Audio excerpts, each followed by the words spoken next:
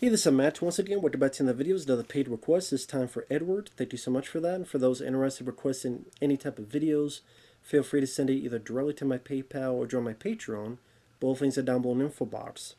And this is for South Park Season 19, Episodes 7 and 8, which I will say this season is definitely getting a bit better.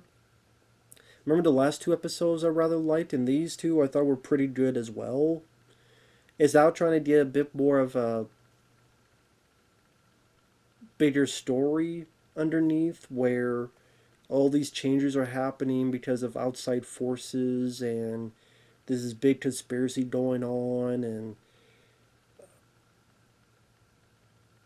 it doesn't seem like I guess I did more than episode 8 cause, but you do see a bit in episode 7 as well, like the laying the seeds, and I could appreciate that.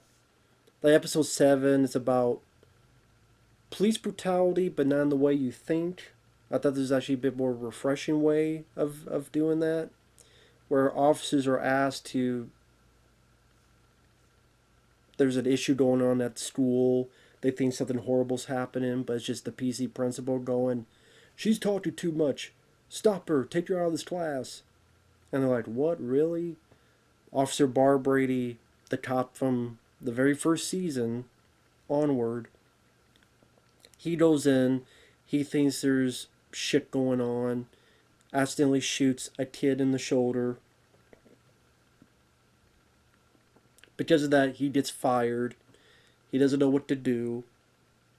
So you get to see Officer Barbary without his sunglasses.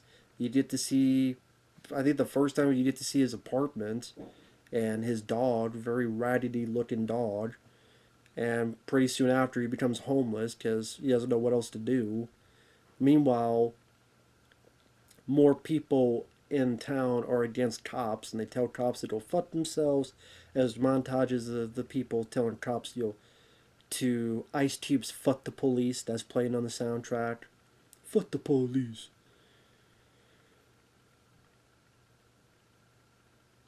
And then pretty much the cops going, "Okay, fuck you too then. We'll just stand here and we'll do some luau's. We'll do some Hawaii high teas and have fun and go piss up a rope then." Because meanwhile, Kenny and Token, they decide there's these homeless people. They want to take care of the problem, so the scare them, we don't dress up as ninjas. And Carbon thinks, "Oh, that's," as he puts it, "that's gay." But then realize how these people are afraid of them. "Wow, that's cool." So they all dress as ninjas. What they don't know is that the people think, they don't think they're ninjas. They think they're ISIS. So that's why they're afraid of them. The kids, they're just innocent, thinking they're ninjas. The others think they're ISIS. And the parents are like, "How could you be this and that?" Right, all it takes for one kid to say, "I like playing as a ninja," but if you did that, the episode would be over too soon. So I like the notion of, I get it, cops can do bad things. There are a lot of cops that step way over the line of their authority, of what they're supposed to do. At the same time, number one, my brother's a cop. He doesn't do that stuff. Number two, there are people that are actually decent people who happen to be cops. And number three, for not all, but for a lot of people, when there's trouble, you don't call 911, and who you don't be looking for? A cop. So you hate them all you want, but at the same time, a lot of them you don't be wanting to call them and stuff. I do like what one of them says, the cops. Not all cops are racist, trigger happy assholes. Very true. So I like that in a way, this episode, like so many people will say the police brutality on one end, but it's nice and refreshing to see from the other end of, that is a fair, truthful line. And I can appreciate that. I appreciate that different side being showcased. It was refreshing.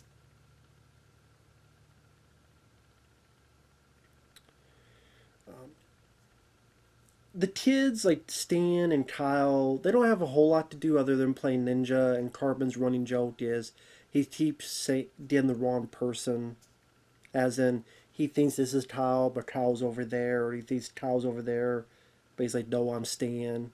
So Kyle keeps getting the wrong person when he's accusing Kyle of something, because they're all wearing the ninja outfits. That was funny the first or second time. By the fourth or fifth time, it was a bit okay, bit old. Randy realizes what the truth is, tries to stop the cops, because they've hired Officer Barbrady to go shoot the kids. I don't want to shoot kids. No, but these are bad kids. You do shoot them, but I don't want to. So Barbrady does what he's told, and by doing so wounds one kid, and then he gets fired again, and he goes, but I just did what you told me to do. It doesn't matter. You should have known better. Which is such, I mean, it's funny because that asinine thinking is sadly so fucking normal in today's world. You did what you told me to do, I did it. Then you're pissed that I did what you told me to because you should have known better, but then you should have fucking told me to do that in the first place. That happens so fucking often that it made that funnier to me than maybe for other people. And this is where you get a bit of the underlying story going on in this season where someone talks to Officer Barbrady and they mention that there's changes. You know, there's a lot of changes going on. Yeah, it was all part of our plan to take down the town.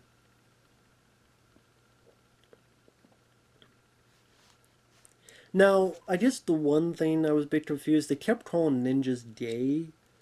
I don't know what's gay about ninjas. To me and to many other people, especially from back in the day, we thought ninjas were cool. Although, to be fair, the two people that say them are Cartman and Randy, and those are two of the bigger idiots in in the whole show. The other people, they think ninjas are cool, so maybe that's the whole point, is that the two people who are the dumbest, because Randy and Cartman are pretty fucking dumb, of course they would say that. So, now that the more I think about it, okay, I guess it makes sense that those would be the two people that would say that. But this was an entertaining one. It was nice to see Officer Barbrady get some moment to shine. Does it seem like it's been forever since I've seen that character utilized in any decent decent matter?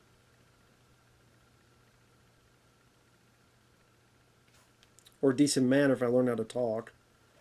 I don't know why. For some reason I keep saying manner as batter. I'm like, that's not how you speak the thing called English. It just for me is English. For fuck's sake. Too damn tired lately. I apologize. Learn how to speak properly, you dumb fuck. But I like that episode. I also liked episode 8, where Jimmy is running a newspaper and the PC principal is uncomfy with. He's pissed off that the word retarded was on this newspaper. But then he doesn't know what to do when he sees Jimmy, who is special, put it that way. Because he's not someone that PC principal could just pick on. So that's why when he realizes, he's like, oh. And then the next conversation he has a lot more softer, a lot more calmer voice.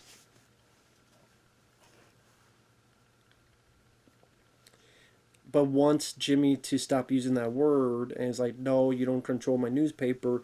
I don't have ads on it, and I say what I want.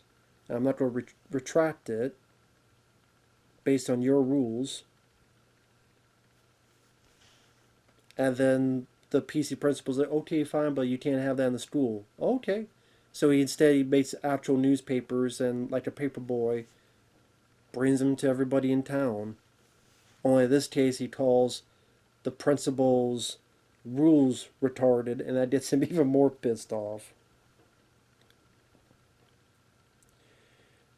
They take a poke at news outlets online, which is very truthful that a lot of them do have ads.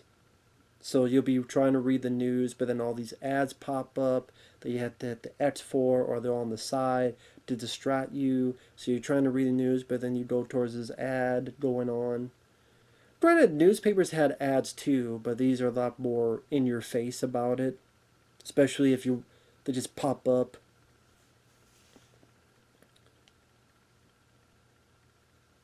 The one thing that's happened more lately nowadays is that you're trying to read it, and then this thing pops up, goes, "Can you sign up to this, please?"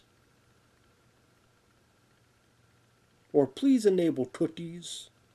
Here's your cookie up here. Stick each one up your ass and let the cookie monster eat it out. Fuck you and your cookies."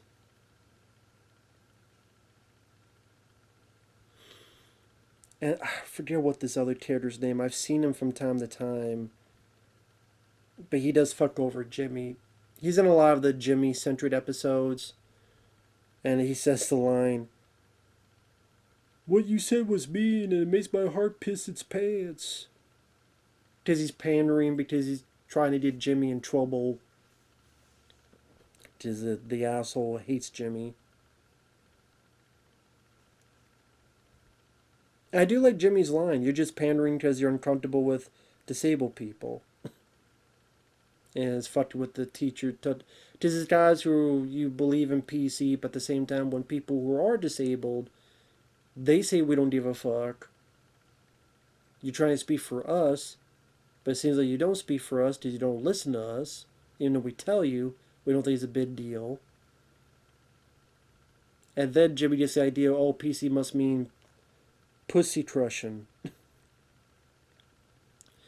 And that probably is the biggest laugh I got is when they find that in the newspaper, and then all the PC guys and the fraternities going, "That little fucker dude, yeah dude, that little motherfucker dude, where did I get that little fucker dude to this?"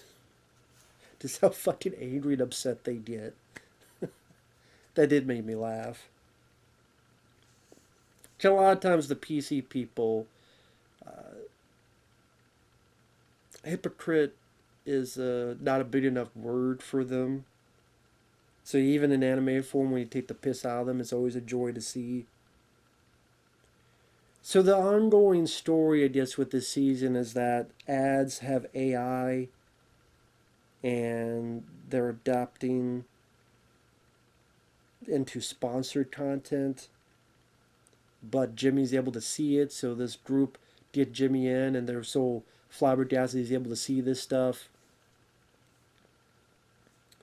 And then there's this little girl who I think we saw in the previous episode. I think she's the one that was talking too much in class, or was it another person in the previous episode when Officer Barbary was called in?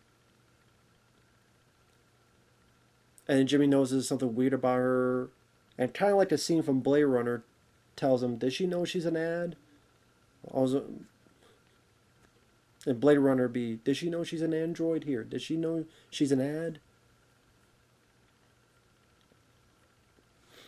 I guess that's normally the things that maybe a lot of these other PC principles is that they're just AI ads to market whatever they're peddling and hide behind this moral uplifting brigade of bullshit. Now, we'll say, like, with this underlying AI, so far there's not much with the main cast involved. Because either the people know is Officer Barbary, Mr. Garrison. On this, you find the original principal. She's there. And she's like, "No, I wasn't fired. I was replaced." So she does come back for a bit. So I guess like they're the ones at first. Jimmy now. I just lead up to maybe later with the other characters finding out about it. So they're definitely laying in the seas there, which is kind of interesting. Because, like I said, it's not many. Most seasons they're just standalone stories. Here, I think last season, like this is where we're getting the time period. Last season. I'm trying to remember now when that officially started. I've said it before. I can't remember, but the fact you have this underlying theme where there's an actual No, that happened before because that was when. Well, sorry, I should have thought that beforehand. But the fact that there's continuity is what I'm getting at. Definitely brings a different sensibility to the show. Which, after so many seasons of doing one thing, it's nice to see him do something a little bit different. And I do like the Jimmy character. I like seeing him utilized. So that was fun to see him going against the PC principal. And because he's disabled, the PC principal can't do anything to him. So Jimmy's able to mentally overtake him and not take any guff from him. So that was kind of entertaining since PC principal has been such a prick lately in this season. So that was fun to see. So overall, again, 2 episodes I did enjoy, I did like, just like the last 2 episodes. So definitely a season that got a bit better, I will say, as it went along. So that's good. With that said, thanks for watching. Take care. And we'll see you guys later. Bye bye.